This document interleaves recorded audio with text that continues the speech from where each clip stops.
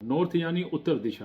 पृथ्वी गोल होने से Google north को प्रमोट करता है, नॉर्थ दिशा ऊपर की तरफ रहती है।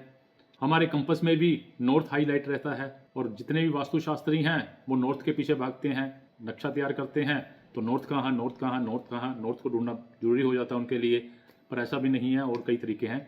हम बात कर रहे हैं आज नॉर्थ की। जब नॉर्थ इतना महत्वपूर्ण है तो हमारी जिंदगी में क्या जागता है फिर? अगर नॉर्थ दूषित हो जाए तो प्रॉब्लम क्या आती है? जीवन में बाधाएं, आगे बढ़ने में मुश्किलें, आगे बढ़ने में रुकावटें, और जब रुकावटें, मुश्किलें, बाधाएं जीवन में बढ़नी शुरू हो जाती हैं तो फिर आगे विवाद बढ़ते हैं। तो विवादों को दूर करने के लिए व्यक्ति का पैसा खर्च होता है। अब विवाद अगर ज़्यादा बढ़ जाते हैं तो पैसा खर्च करने के लिए कर्जा लेता है। अब जब कर्जा लेता है तो समय से कर्जा नहीं मोड़ पाता तो उसको डिप्रेशन होना शुरू हो जाता है। जब उसको डिप्रेशन होना शुरू हो जाता है तो फिर बीमारी जन्म लेती है।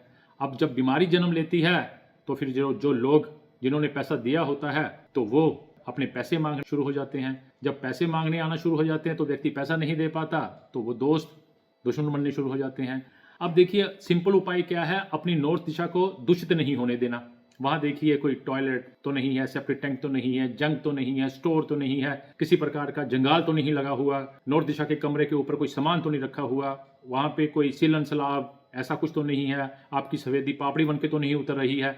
तो नॉर्थ दिशा को क्लीन रखना बहुत जरूरी है, क्योंकि नॉर्थ दिशा को सब मानते हैं, गूगल भी मानता है, कंपास भी मानता है, वास्तुशास्त्री भी मानते हैं और हमारे जीवन में भी महत्वपूर्ण रोल अदा करता है। तो नॉर्थ को साफ सुथरा रखेंगे तो आपके जीवन में बाधाएं, मुश्किलें, अड़चनें नहीं आएंगी।